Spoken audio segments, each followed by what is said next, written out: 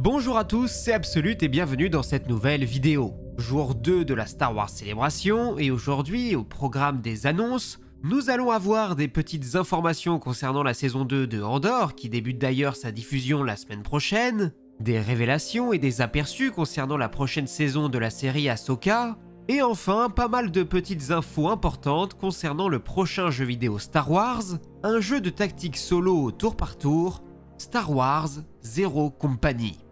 Donc si vous le voulez bien, nous allons pouvoir commencer et ce sans tarder. La journée s'est donc ouverte avec un panel entièrement dédié à la saison 2 de la série Ahsoka.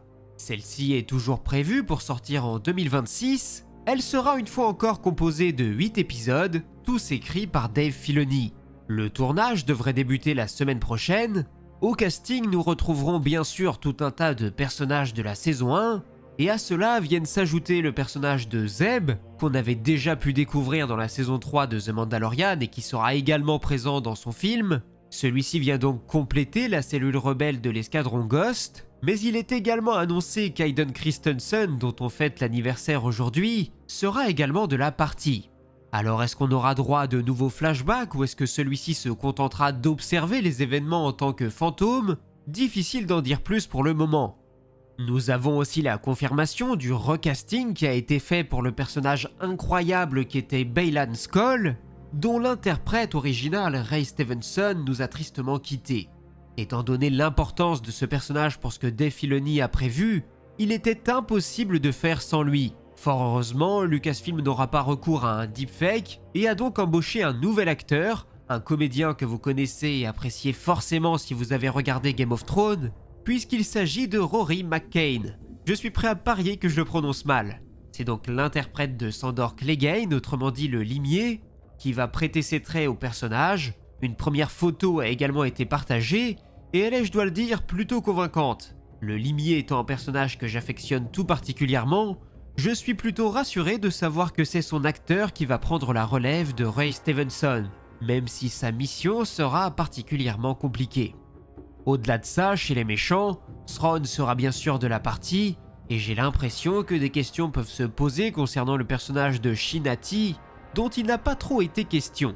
Même si on a pu voir malgré tout un concept art où elle peut faire face à Huyang, le droïde millénaire de l'ordre Jedi qui lui tient tête, avec plusieurs sabres laser en mode Général Grievous. La tagline de la série pour la saison 2 sera qu'il y aura une guerre à mener dans 2 galaxies différentes. Ce qui semble plutôt logique, car nos personnages sont effectivement séparés à la fin de la première saison. Nous avons Baylan et Shin sur Peridea, qui devront sûrement faire face à Ahsoka, mais aussi à Ezra, Sabine et Huyang. Et de l'autre côté, nous aurons Thrawn qui débarque dans la galaxie connue, d'abord sur Dathomir en compagnie des matriarches des Sœurs de la Nuit, avec son officier principal, le capitaine Enoch.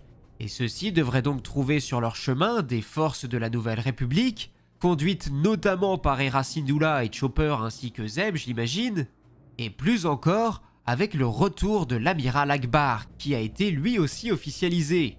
Et ça semble là encore complètement logique. Il est la plus grande figure militaire de l'Alliance Rebelle et donc de la Nouvelle République, c'est donc normal qu'il se charge personnellement du cas du grand amiral Thrawn si celui-ci commence à se faire remarquer. Et justement, c'est ce qu'il devrait faire, en espérant tout de même que cette fois-ci, il parvienne vraiment à le rendre véritablement crédible dans la menace qu'il peut représenter, chose que j'avais trouvé très mal exécutée dans la première saison. Du côté de Peridea, tout cela aura bien sûr évidemment un lien très étroit avec les dieux de Mortis, comme l'avait suggéré la fin du dernier épisode. Néanmoins, Dave Filoni est resté très silencieux à ce sujet, en disant seulement que ce serait quelque chose d'énorme et de complètement fou. Et pour finir, Filoni n'a jamais caché son amour pour les films de Miyazaki et notamment de son inspiration de Princesse Mononoke pour créer Ahsoka, et cela faisait longtemps qu'il attendait de pouvoir la faire chevaucher un loup. Cela devrait donc se produire dans la prochaine saison. Voilà plus ou moins tout ce qu'il faut retenir de ce panel entièrement dédié à la saison 2 d'Ahsoka. Mais passons maintenant au cas d'Andor. Là encore, de nouvelles images ont pu être diffusées, mais il y a eu tellement de spots TV ou de trailers ces derniers jours que c'est difficile de faire le tri entre ce qui est nouveau ou non. Cependant, on a pu avoir l'information selon laquelle l'amiral Radus, Le Mon Calamari qui commande la flotte rebelle lors de la bataille de Scarif devrait bien faire une apparition dans cette nouvelle saison. Enfin, à partir du moment où on sait qu'une partie de l'action va avoir lieu sur Yavin 4, je pense qu'on devrait y retrouver une bonne partie des personnalités qu'on pouvait avoir autour de la table dans Rogue One. Y compris, pourquoi pas, un certain Bail Organa. Cependant, il a également été dit qu'un personnage avait dû être recasté car son interprète original n'était pas disponible. Il est donc probable que nous ayons droit à un nouvel acteur pour un personnage que nous connaissons déjà.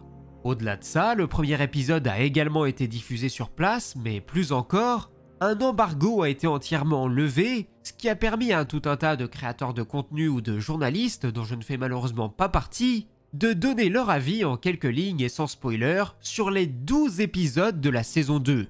Alors vous pouvez légitimement vous poser des questions sur l'objectivité de ces avis, puisque ce sont pour la plupart de gros fans déjà acquis à la saga qu'ils partagent, donc à vous de voir l'intérêt, l'importance que vous pouvez accorder à ce genre de message.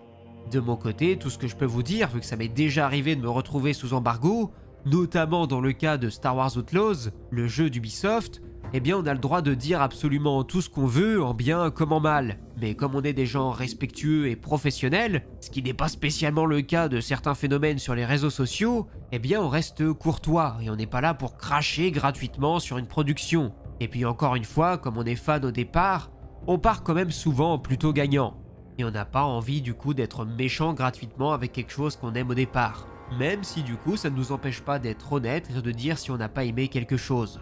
Bref, si on veut faire un bilan de ces différents avis, ceux-ci sont pour la grande majorité dithyrambiques. Parlant de meilleure saison de série Star Wars, elle serait plus mature que la première, elle aborderait des sujets vraiment complexes et jamais vus dans l'univers, et au niveau de son échelle d'action, celle-ci est décuplée par rapport à la première saison. Et en plus de cela, elle excelle dans sa narration multiple avec tous les personnages qui sont mis en avant. Voilà en gros tout ce qu'il y a à retenir de ces avis, même si de notre côté, on pourra quoi qu'il en soit commencer à se faire un avis dès mercredi, avec la diffusion des 3 premiers épisodes. Pour la suite, il faudra attendre une semaine pour découvrir de nouveau 3 chapitres, et ainsi de suite jusqu'à ce qu'on arrive au 14 mai. Et enfin, dernier gros sujet du jour, les informations concernant le jeu vidéo Star Wars Zero Company. Ce sera donc comme annoncé un jeu solo de tactique en tour par tour, en tout point similaire au jeu de la saga XCOM. À titre personnel, j'ai énormément pu jouer à XCOM 2 dans le passé, donc ça va être mon principal point de repère, car sinon je suis assez méconnaisseur du genre. Sur XCOM 2, j'ai pu passer des heures grâce au mode Star Wars à personnaliser mes soldats, et j'espère bien pouvoir retrouver un peu de cette sensation avec ce jeu. Un trailer de l'histoire a également pu être diffusé, avec quelques brèves secondes de gameplay à la fin de celui-ci. Pour l'histoire, elle se déroulera durant la guerre des clones, à une époque troublée où notre équipe est constituée dans sa grande diversité de personnages, en termes de capacité mais aussi de caractère, pour mener à bien des opérations spéciales. Bref, sur le papier, on est donc complètement dans un style de gameplay similaire à ce qu'on pouvait faire dans XCOM. C'est donc un jeu à plus petite échelle, et non pas un jeu de grande bataille comme dans Empire at War ou Total War. Que vous soyez bien conscient de cela avant de vous lancer dessus, ou bien de le juger. Et je sais aussi que le terme de tour par tour peut faire peur, mais n'oubliez pas le succès dernièrement d'un certain Baldur's Gate 3. Alors oui, tout le succès de celui-ci ne repose pas exclusivement sur son gameplay, mais c'est quelque chose qui a fait peur à beaucoup de gens au départ, et qui au final en a aussi convaincu beaucoup. Toute la saveur d'un tel gameplay, c'est justement de savoir la liberté d'action que l'on peut avoir, et à quel point on peut utiliser l'environnement qui nous entoure pour mener à bien nos actions, voire pour nous offrir de plus amples possibilités. De ce point de vue-là, on devrait donc se rapprocher d'un XCOM, avec des zones bien définies, des endroits pour se mettre à couvert, d'autres pour avoir le high ground, et avec la roue d'action, on peut voir ce que notre personnage serait à même de faire, avec j'imagine un certain pourcentage de réussite. La saveur de ce jeu Star Wars viendra également du groupe de personnages à notre disposition qui, dans sa diversité, devrait nous permettre d'accomplir des actions différentes, et ce sera à nous, les joueurs, de composer la meilleure équipe pour s'adapter à la mission demandée, mais aussi pour combiner les actions de chacun de nos personnages, comme par exemple en propulsant un ennemi avec la force pour qu'il ne soit plus à couvert, et l'abattre ensuite grâce à notre sniper, La question que je me pose maintenant, c'est que dans XCOM 2, tous nos personnages pouvaient mourir. Ils étaient déjà difficiles à recruter et encore pire à former, c'était donc particulièrement embêtant de les perdre car c'était une perte définitive et fallait repartir à zéro avec un autre groupe de personnages. Car si on s'y prenait mal, une mission pouvait vraiment tourner à la catastrophe et on pouvait perdre toute notre équipe. Là, si on joue des personnages nommés et dont le nombre est limité, j'ai du mal à croire que ça puisse être le cas, à moins que l'on puisse recruter d'autres personnages plus aléatoires pour former un groupe un peu plus étoffé. Ça, on le saura certainement un peu plus tard, même si les développeurs ont quand même pu évoquer le cas de mort permanente. Donc à voir ce qu'ils entendaient par là et ce à quoi ça ressemblera dans le jeu. Au-delà de ça, au niveau des environnements, l'histoire commencera d'abord dans l'anneau de Kafren et mettra ensuite en scène des planètes connues et non connues des fans de Star Wars. On devrait aller pouvoir sur Seralonis, déjà vu dans The Bad Batch, Anaxes, là aussi visible dans cette série mais également dans The Clone Wars, Vandor dans le film Solo, Mapuzo dans la série Obi-Wan et sûrement bien d'autres. Enfin, bien sûr, le jeu sortira sur PC, PS5, Xbox, avec pour le moment une date assez vague qui est annoncée, à savoir un simple 2026. Voilà ce qu'il en est concernant la vidéo d'information du jour. J'espère que cette vidéo vous aura plu. N'hésitez pas à me dire ce que vous avez pensé de toutes ces nouveautés. Comme d'habitude, je tiens aussi à remercier toutes les personnes qui soutiennent la chaîne, que ce soit via le bouton rejoindre sur YouTube, ou bien alors en faisant un don sur Tipeee. De mon côté, je pense que j'ai dit l'essentiel, et il ne me reste plus qu'à vous dire à la prochaine et que la force soit avec vous. C'était Absolute, ciao.